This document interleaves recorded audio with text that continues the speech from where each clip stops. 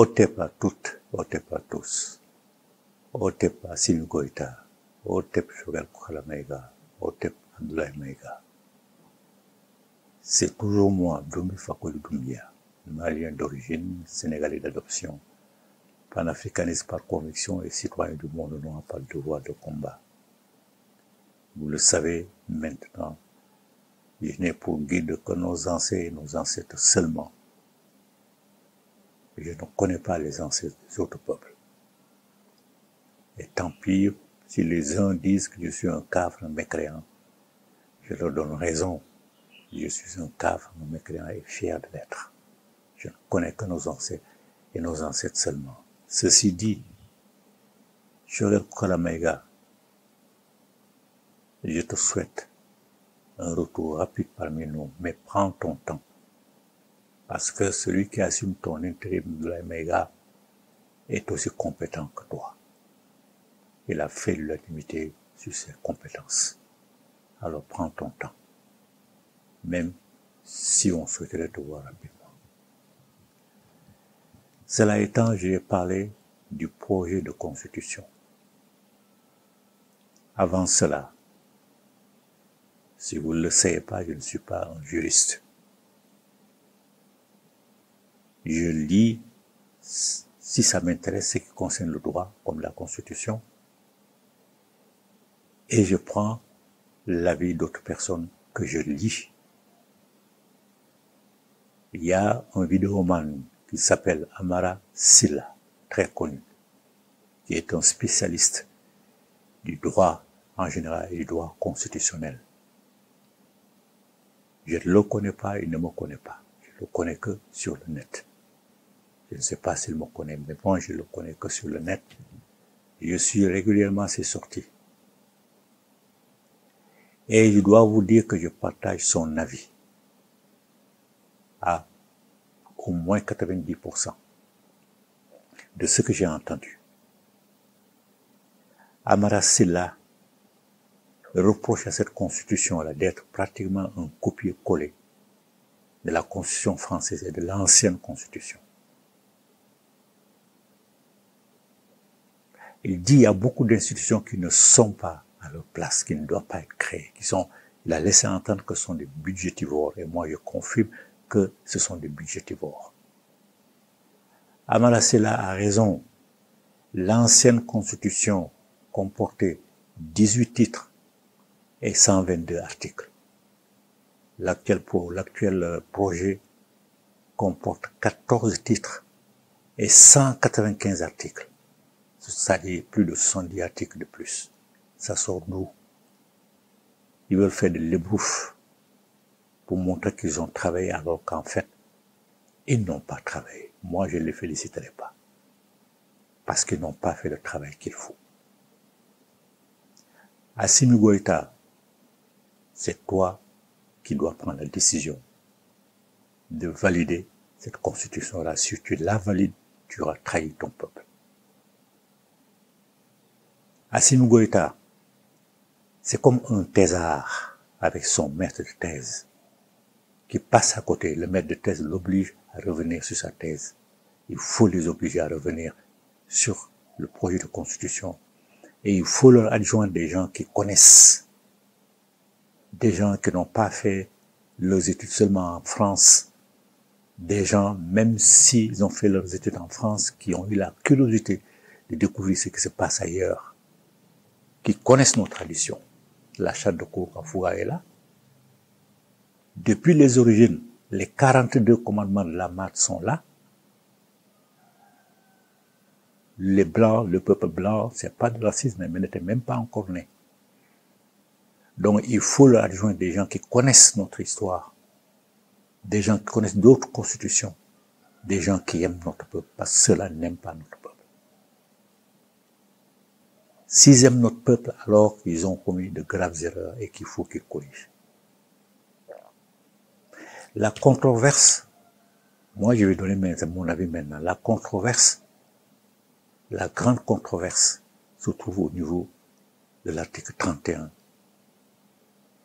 titre 2, concernant l'élévation de la langue française au rang de langue officielle. Si ces gens-là étaient inspirés, ils auraient pu rapprocher cet article 31 à l'article sur l'unité africaine, à l'article 186, titre 9.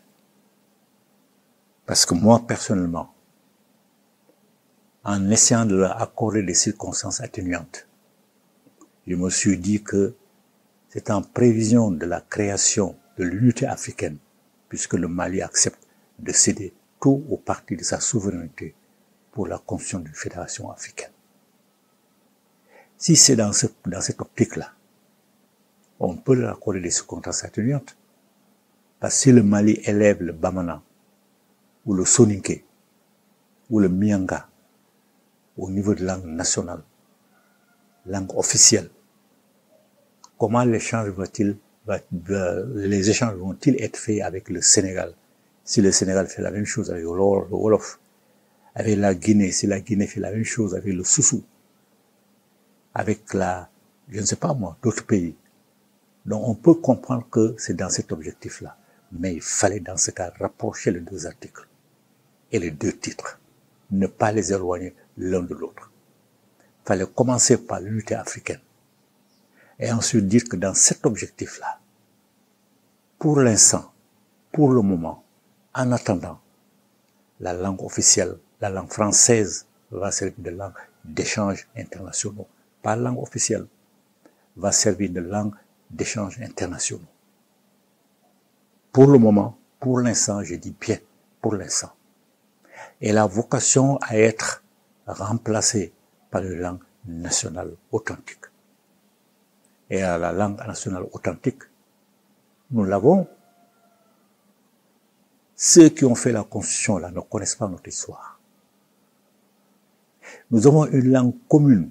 Cheikh Anta Diop et son ami Théophile Obenga ont démontré que toutes les grandes langues africaines ont fait un melting pot de la langue égyptienne antique. Ça y est, dans la langue égyptienne antique, tu trouves tous les mots essentiels de toutes les grandes langues africaines. Donc cette langue est la nôtre. Une langue, elle est morte quand on ne la parle pas, mais quand on la parle, elle est vivante. Alors il faut la réveiller. Au Mali, malheureusement, nos jeunes étudiants sont en retard.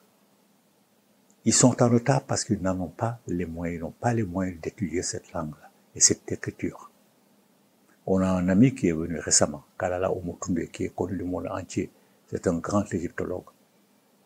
Il a proposé de donner des cours pendant 2 jours. Ces cours étaient pleins. Et c'est très facile d'apprendre cette écriture-là, parce que nous avons une écriture qui nous est commune, une écriture propre à nous, sans compter le cours qu'on peut aussi enseigner.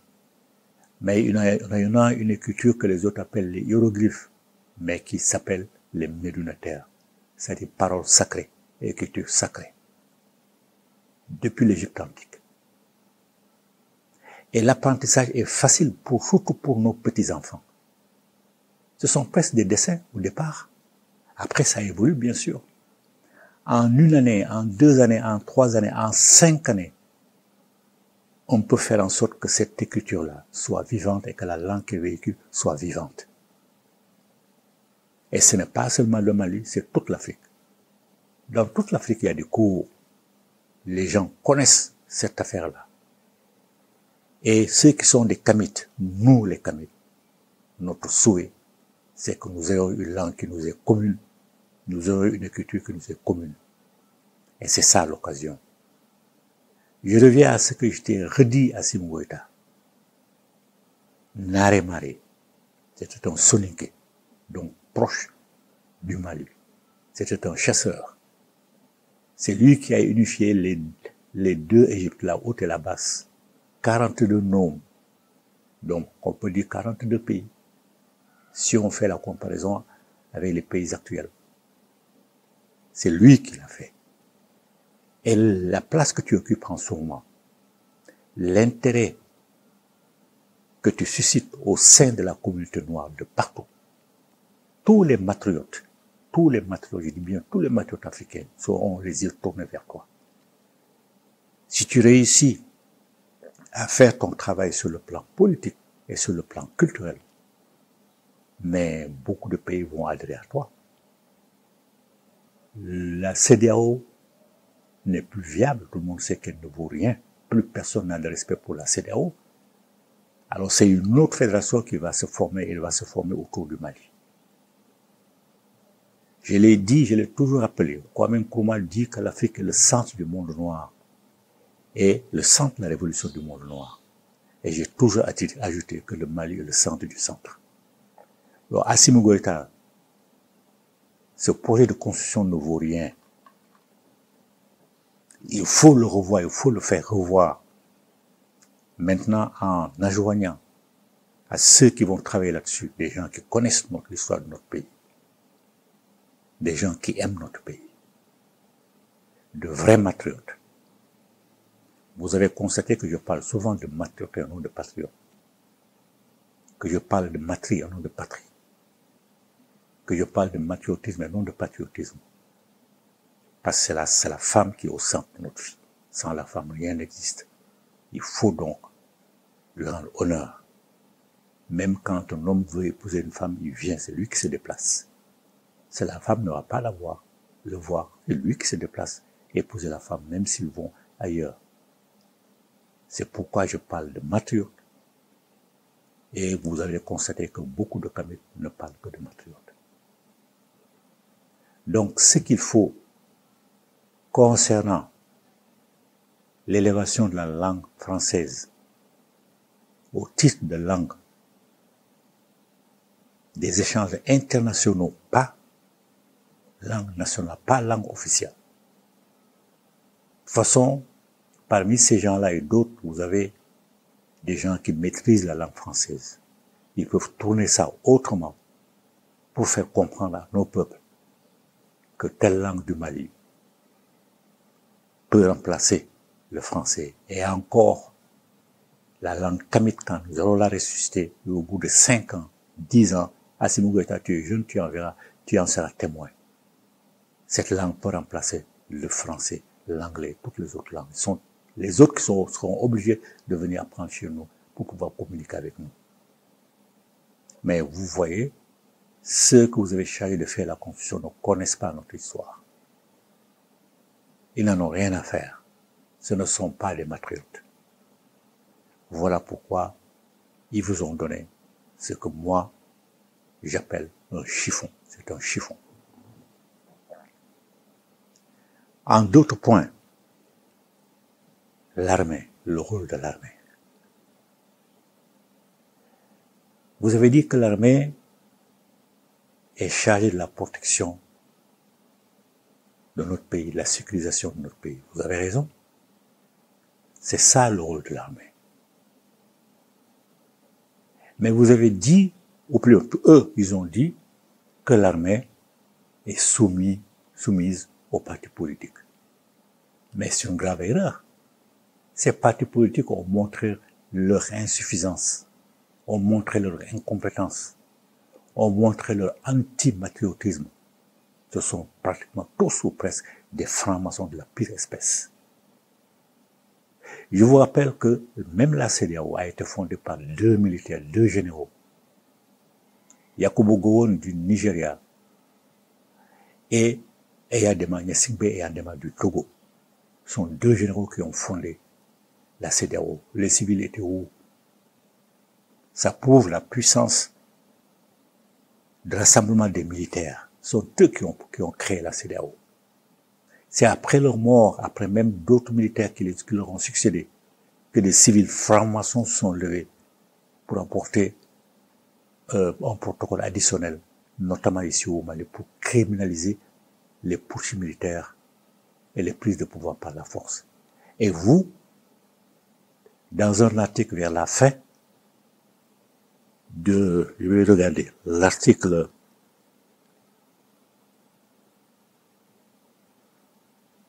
vers la fin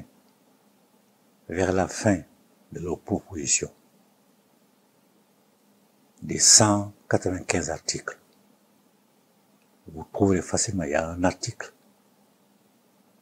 qui dit que le soulèvement populaire est légitimé. C'est-à-dire on peut manifester nos désaccords si on n'est pas d'accord avec la politique du gouvernement. On peut. Mais vous ajoutez que tout putsch, tout renversement du pouvoir est illégitime et est condamné. Et est condamné par un crime, est considéré comme un crime imprescriptible. Que tout coup d'état militaire, tout renversement du pouvoir est considéré comme un crime illégitime, un crime imprescriptible. Mais c'est un non-sens. Est-ce que les civils peuvent faire un coup d'état? Même si les civils se soulèvent, c'est l'armée qui va concrétiser pour éviter qu'il y ait des décès, qu'il y ait des morts.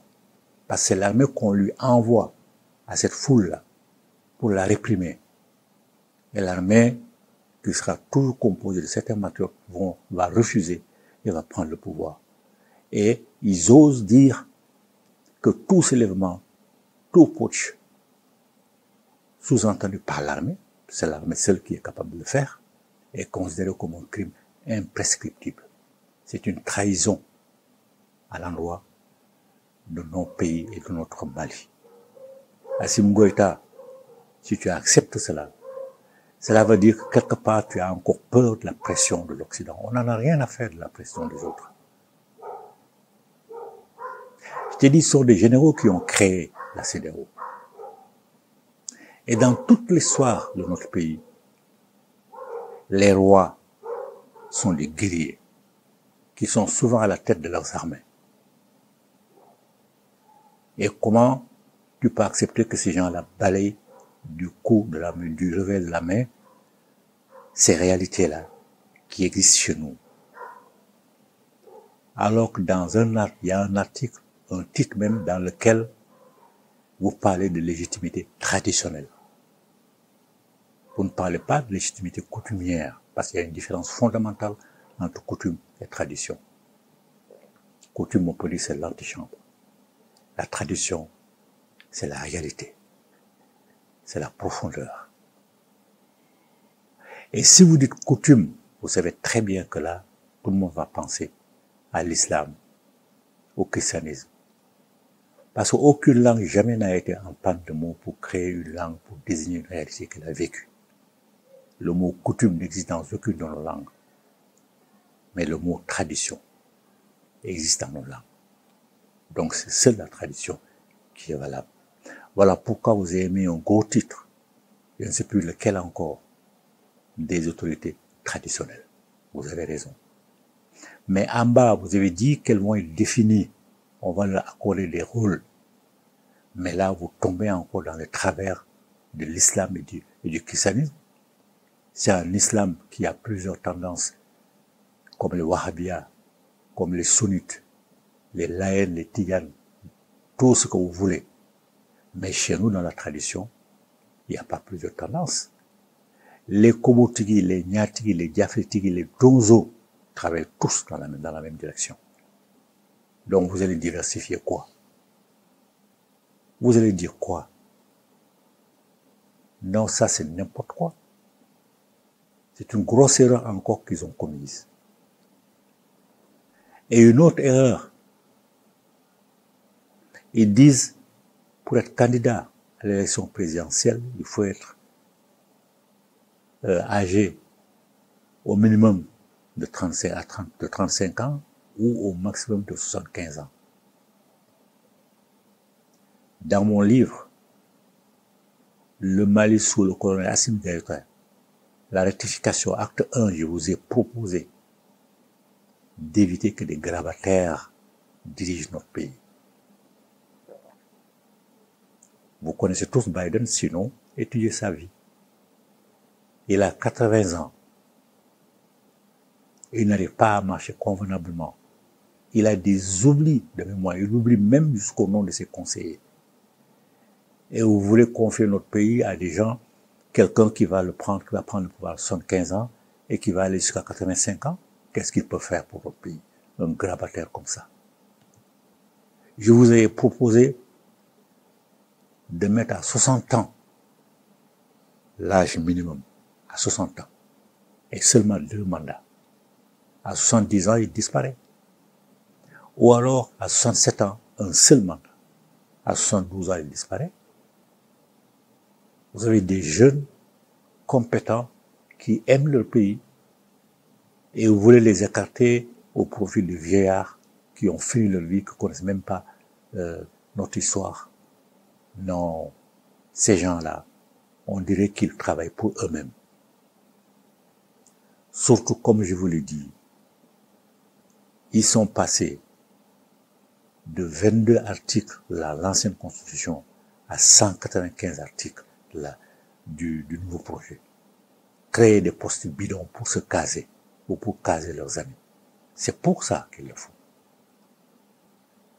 Alors que ces institutions inutiles dont on a parlé clairement, Amara Sela, juriste, chercheur, alors que l'économie que vous pouvez faire en supprimant ces institutions-là, cette économie-là, va servir à redynamiser encore notre armée, va servir surtout à remettre sur de bons rails, sur une bonne route, un bon chantier, notre école sinistrée.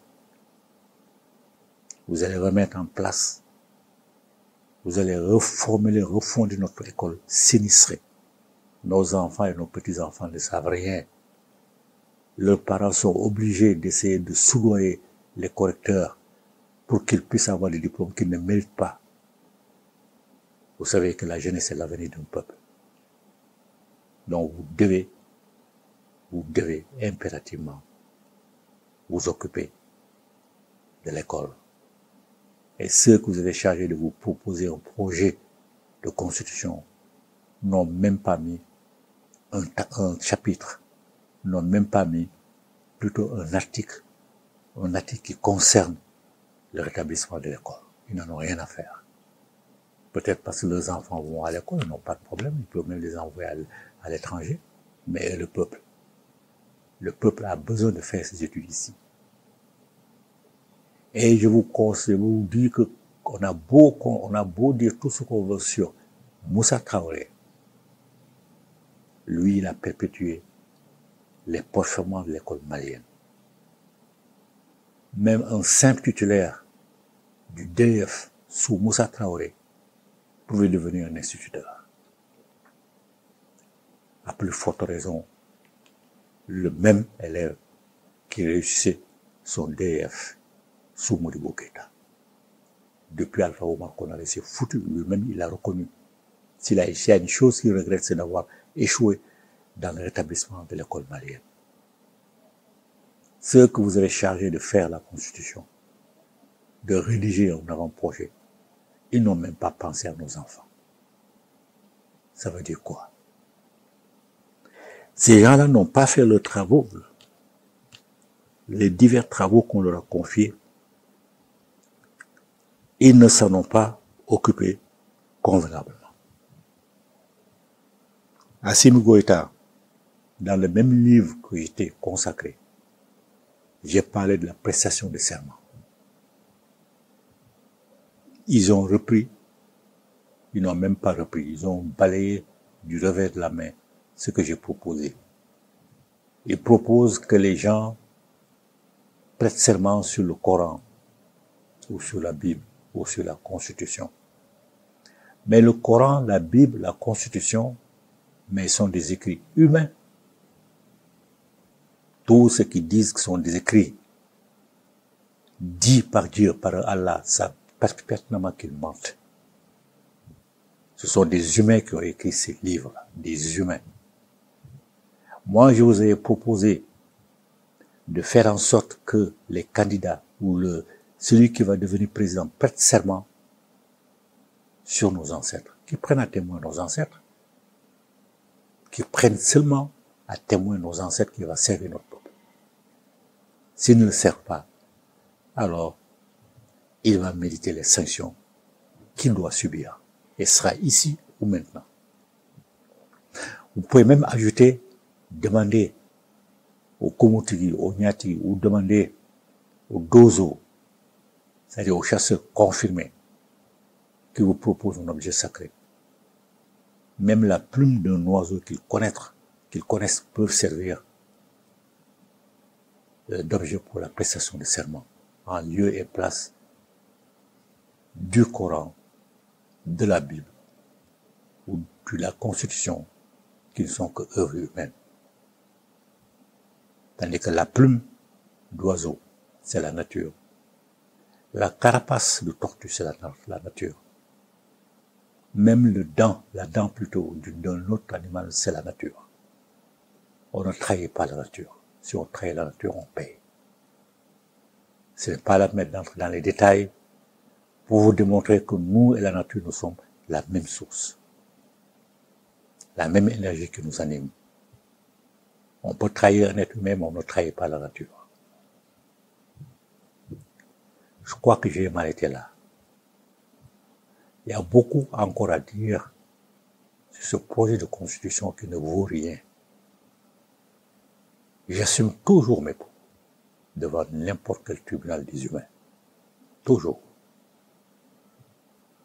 Pour les ancêtres, je suis acquitté d'avance parce que je travaille pour eux. Donc tout ce que j'ai dit là, j'assume devant n'importe quel tribunal des humains. Assimi Goïta, en recevant le projet de constitution, tu as remercié le président qui t'a remis ce projet. Et tu as ajouté que Allah ou que Dieu protège le Mali.